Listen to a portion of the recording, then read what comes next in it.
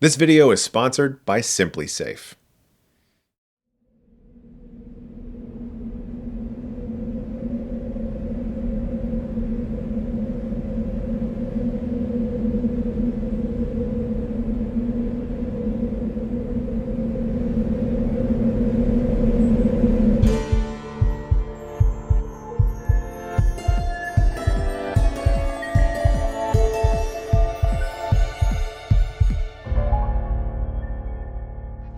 Four girls are about to discover the dark side. You ever heard of invoking the spirit? Black magic. Blood, sweat, or stick sword. Blood, sweat, or stick sword. We can make things happen. I mean, this is it. This is real.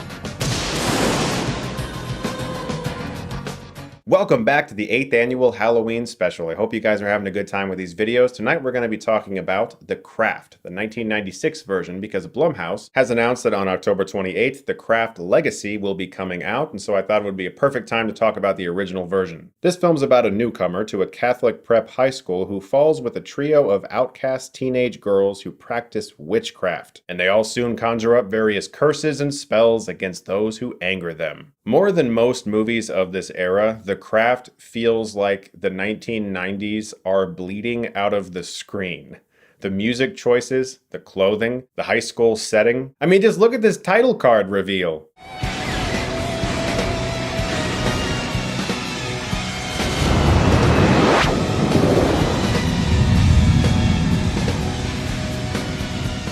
And honestly, just about everything about the movie feels like it evokes the era, sometimes to its detriment. Most of the time, though, I find this movie very nostalgic and a bit of a guilty pleasure.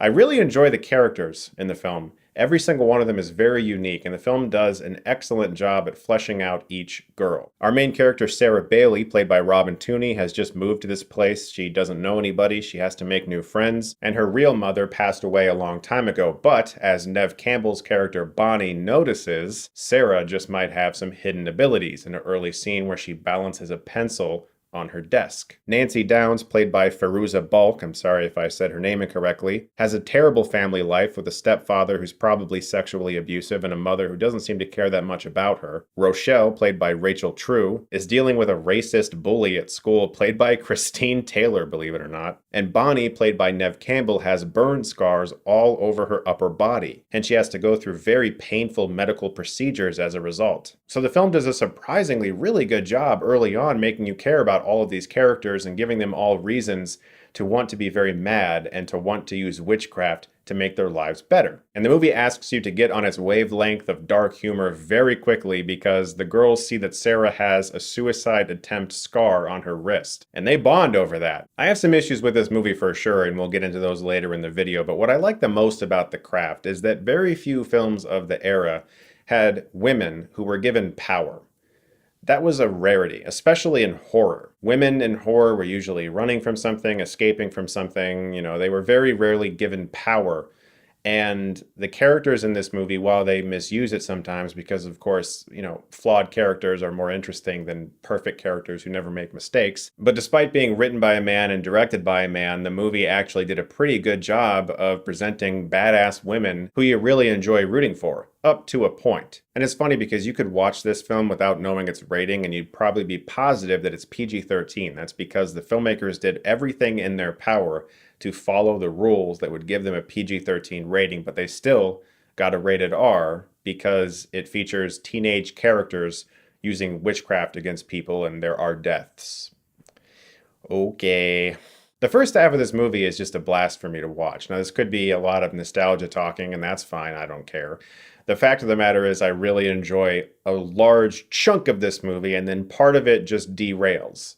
And even though aspects of it afterwards are still entertaining and well made, it's hard to follow at one point. And that's because of a few decisions.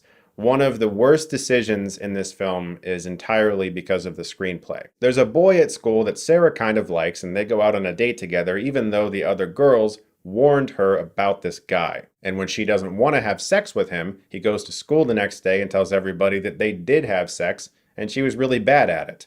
So naturally, she's pissed. But when the four girls start to discover the depths of their abilities and they all wish for things they want, she wishes for this boy to like her. And the first time I saw the movie, I was like, ugh. But then when the spell starts working, she turns him into her personal servant, carrying all of her books, carrying her friends' books. And I was like, oh, okay, that works for me. You're going to humiliate the guy. He's going to be your servant. That works perfectly for me. Great. But then later in the movie, and I guess we're going to get into some spoilers here if you've never seen The Craft. So that's your warning. We're going to talk about some spoilers. While he's under this spell, he sexually assaults her. Even though she pushes him off of her, it doesn't happen. He sure as hell tried. And once Nancy finds out about this, she gets oddly jealous, makes herself look like Sarah, and then tries to have sex with this guy before forcing him out of a window and killing him. Directly after that, Sarah's very broken up about all of this, and she says, I didn't want him to get hurt. Yeah, I liked him. I think that he was a good guy underneath it all. This entire storyline just doesn't work for me. I'm very confused by it. I can't exactly tell what the motivation is. Did she want this guy to be her personal servant to humiliate him, or did she actually like him and feel sorry for him because he does a lot of things throughout the movie to never earn our respect as audience members or her respect as a character? I don't like it. It's a bad storyline. I hope they fix it in the new one. The other thing, and this is also spoilers, is that eventually the girls turn on Sarah.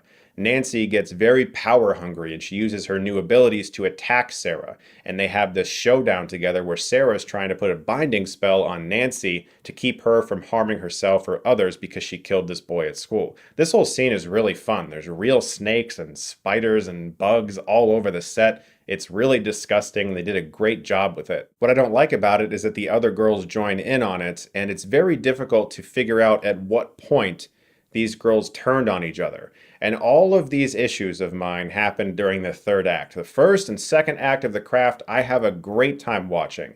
But all of a sudden, things don't really make sense character motivation-wise. It's hard to pinpoint what Sarah did to deserve all of a sudden this turn on her friends. And after this sequence, the two girls show up and they just apologize and say, we don't really know what got into us. Sorry. All right, bye. And Sarah warns them that she still has plenty of abilities and powers and they need to watch out for her. So if The Craft was one of those red squiggly lines that a business person points to in a cliche movie scene, it would go up, level out, and then crash. The ending of the film just doesn't work for me. But this film does have a cult following, and I do like the majority of this movie, and I am recommending it overall, even though the last 20 minutes just don't work for me.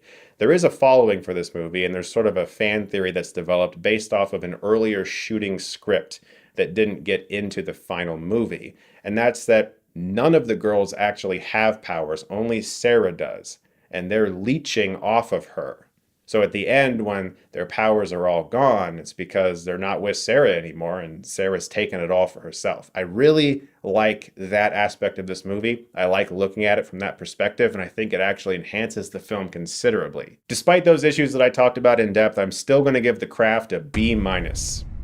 I also want to give a big thank you to the sponsor for this video, Simply Safe. Simply Safe is an incredibly effective, reliable home security that will make sure your home is safe. You just order it online or over the phone, it's delivered right to your home, and you set it up yourself in under an hour. From there, your home is professionally monitored 24/7 if anything happens. They've got sensors to cover every window, room, and door, plus lots of great extras like water sensors, temperature sensors, and HD cameras. It's all really easy to use, and you get around-the-clock protection for just 50 cents a day with no contracts. One of the things that I especially like about Simply Safe is their water sensor, which I have placed in our basement. We've had a lot of flooding issues in that basement, and sometimes we don't notice for a day or two because we don't go down there. Having this water sensor has made sure that we never have to worry about that. Something else that's been very helpful for us is the camera and motion sensor, which lets us know when our dogs want to go out, because they usually go and sit by the back door, and sometimes we don't notice at first, but having this motion sensor and camera there, we know as soon as they want to go out. The setup was very easy. It did take under an hour. The directions were very clear. So please visit simplysafe.com/Stuckmann to learn more about this excellent home security system.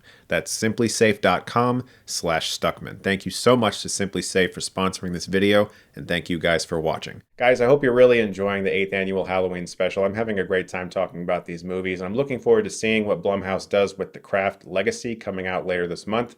Thank you guys as always for watching, and if you like this, you can click right here and get Stuckmanized.